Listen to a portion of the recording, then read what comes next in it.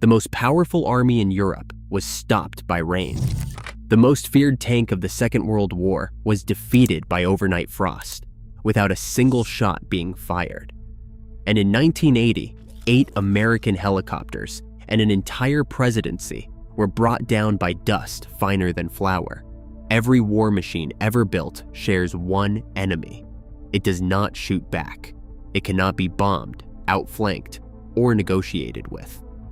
And in more than a century of mechanized war, it has never lost. This is the trial of mud, ice, and dust. 3 elements that beat the best machines ever made. Stay to the end, because the last case is the only one where the weather took apart a superpower in a single night, and then rebuilt its entire military from the wreckage.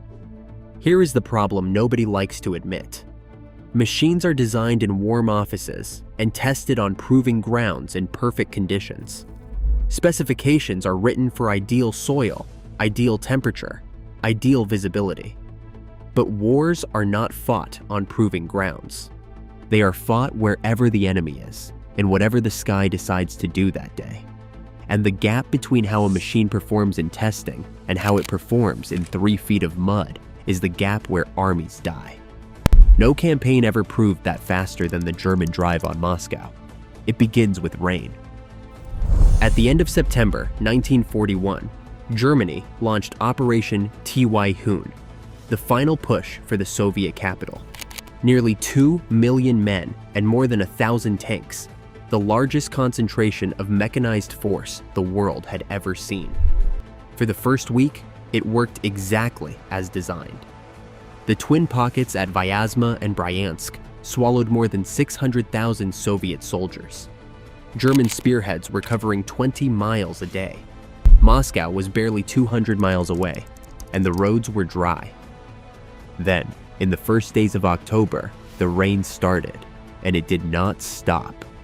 Russia in 1941 had almost no paved roads. What the maps called highways were dirt tracks, and in the autumn rains, those tracks dissolved into something the Russians have a word for: Rasputitsa, the season of bad roads. Not mud like a European field after a storm.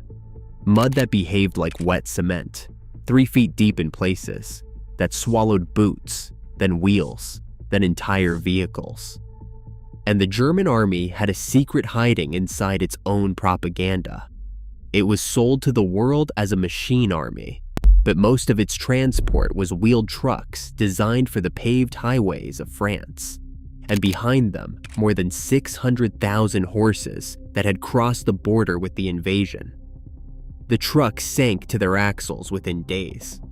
In some sectors, the Air Force began dropping tow ropes to stranded columns because rope was suddenly worth more than ammunition.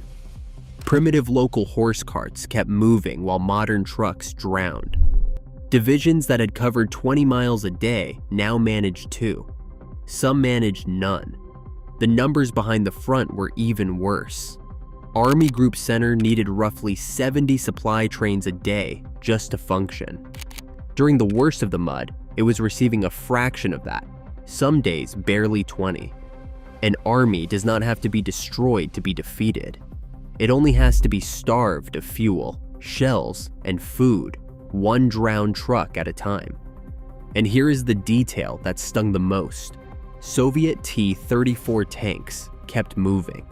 Their tracks were far wider than German tank tracks, spreading the weight like snowshoes, floating over ground where the panzers dug themselves into holes. The mud was not neutral. The mud chose a side. So say it plainly and argue with it in the comments if you like. In October of 1941, the mud did more to save Moscow than any counterattack. German commanders knew it too. Their reports from those weeks read like prayers for frost, because frost would harden the roads and set the machines free. In November, that prayer was answered, and it was the worst thing that could have happened to them. The frost came, the roads hardened, the advance resumed. Then the temperature kept falling, past -20, past -30. Some units outside Moscow recorded -40 degrees. the one temperature where Celsius and Fahrenheit agree. At -40, machines stop being machines.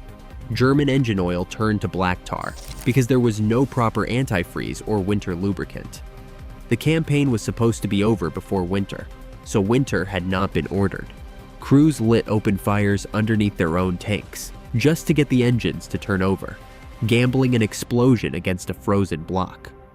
Other units ran engines every few hours through the night, burning fuel the army no longer had. Armorers learned to strip every trace of grease from machine guns and fire them dry, because frozen grease jammed them after a single burst. Artillery recoil systems seized solid. Aircraft simply refused to start. The men had it worse than the machines. Winter uniforms sat in warehouses far to the rear, because shipping them forward would have meant admitting the war would not be won by Christmas. That winter, the German army recorded more than 100,000 frostbite casualties. In some divisions, the thermometer was killing more soldiers than the enemy was. Then, on December 5th, the enemy attacked out of the snow. Fresh Soviet divisions transferred from Siberia. Men equipped for winter, weapons lubricated for winter, tanks built for winter. The German front outside Moscow bent backwards for the first time in the entire war. The cold had not just stopped one army, it had switched sides. And the ice was not finished with German engineering. A year later, the Tiger arrived, and you know its reputation. 100 millimeters of frontal armor, a gun that could kill anything it could see. But its designers gave it an elegant suspension of overlapping, interleaved road wheels. And on the Eastern Front, snow and mud packed into the gaps between those wheels by day and froze rock solid by night. By dawn, the most feared tank in the world was bolted to the ground. Soviet troops learned the schedule and started timing their attacks for first light, when the Tigers could not move. A 57-ton fortress, paralyzed by slush. But if you want to watch cold win a battle outright, look at Finland. January 1940. The Winter War. The Soviet 44th Rifle Division advanced along a single forest track called the Raate Road. A column of tanks, trucks, and artillery stretched for miles, in temperatures between -30 and -40. The machines could not leave the road because the snow beside it was waist deep. So an entire mechanized division became one long, frozen line of steel with nowhere to go. The Finns attacked on skis, small groups sliding out of the tree line, cutting the column into isolated pockets, then vanishing. And they did something coldly brilliant. They hit the field kitchens first. No hot food, no warmth, no survival. The temperature did the rest of the fighting for free. Within about a week, the division had effectively ceased to exist. The Finns captured 43 tanks, dozens of guns, and hundreds of trucks, many abandoned with engines that had frozen while idling. Soviet dead were counted in the thousands. Finnish losses were counted in the hundreds. An army with tanks lost to an army on skis, because the tanks belonged to the road, and the road belonged to the cold. Mud stops armies. Ice kills them. But the most humiliating defeat the weather ever handed a war machine happened in a desert, in a single night, in living memory. And it ended a presidency. April 24th, 1980. 53 Americans had been held hostage inside the seized U.S. embassy in Tehran for almost 6 months. Negotiations were dead. So President Jimmy Carter approved Operation Eagle Claw, the first real mission of a brand new unit called Delta Force, and one of the most ambitious rescue plans ever attempted. The plan looked like this. 8 Sea Stallion helicopters launch from the aircraft carrier Nimitz and fly roughly 600 miles into Iran at low altitude at night in total radio silence to a secret refueling strip in the desert, codenamed Desert 1. There, they meet transport planes carrying fuel and the assault force, refuel, and push on toward Tehran. The planners calculated the mission needed 6 helicopters, minimum. They sent 8, 2 spares, It seemed like plenty. What nobody adequately briefed the pilots on was the thing waiting along the route, a haboob. Not a sandstorm you can see coming and fly around, but a vast cloud of suspended dust, powder as fine as talcum, hanging invisible in the night air. Weather officers knew the phenomenon existed in that region, but the formation flew in radio silence, so when the lead aircraft punched into the cloud, no warning could legally reach the cockpits behind them. Pilots described it as flying inside a bowl of milk, as low as 100 feet for hours, soaked in sweat, fighting vertigo, unable to see their own formation.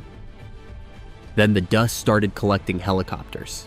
Helicopter 6 got a warning light indicating a possible crack in a rotor blade, set down, and was abandoned in the desert. Helicopter 5, deep inside the second dust cloud, lost critical flight instruments and turned back toward the carrier. Helicopter 2 made it all the way to Desert 1 and arrived with a failed hydraulic system that could not be repaired on site. Count what was left: 5 flyable machines. The mission required 6. Standing on the ground inside Iran, with commandos staged and fuel waiting, the commanders made the only call available: abort. And then the dust demanded a price for the retreat. As one helicopter repositioned to top off fuel for the flight out, its own rotor wash whipped the desert floor into a blinding cloud around it. Inside that brownout, the pilot drifted, and his rotor sliced into a C-130 transport plane loaded with fuel and men. The fireball lit the desert for miles. 8 American servicemen died. The survivors evacuated on the planes and left behind helicopters, weapons, maps, and classified documents, sitting intact in the sand for Iranian cameras at sunrise. Ask yourself what actually defeated that mission. Not Iranian radar, not Iranian guns. The rescue force never even saw the enemy. The most advanced military on Earth was beaten by powder. The fallout reshaped America. The hostages were immediately scattered across Iran, killing any hope of a second attempt. Secretary of State Cyrus Vance resigned. Jimmy Carter's presidency never recovered, and the hostages finally came home after 444 days, released minutes after Ronald Reagan took the oath of office. But the failure built something. The official investigation tore the operation apart and concluded that America needed crews and machines that could own the night and the weather. Out of that single dusty catastrophe came the Night Stalkers, the Army's elite Special Operations Aviation Regiment, and eventually a unified Special Operations Command. The modern American Special Operations machine exists, in a very real sense, because of one night of dust. So here is the verdict. Rain stopped the strongest army in Europe. Frost froze the most feared tank ever built and armed the counterattack that saved Moscow. Dust dismantled a superpower's rescue mission without firing a shot. Across a century of mechanized war, mud, ice, and dust remain undefeated. The smartest commanders never forgot it. In June 1944, the largest invasion in history was scheduled not by a general, but by a weather forecast. Eisenhower delayed D-Day by a single day on the word of his meteorologists, then struck inside a narrow break in the storm. The same storm that convinced Field Marshal Rommel the coast was safe, so he drove home for his wife's birthday. The Allies did not beat the weather that day, they obeyed it, and that is exactly why they won. Machines are tested in laboratories. Wars are fought in weather. If you found this verdict fascinating, hit subscribe, because there are more machines waiting for trial.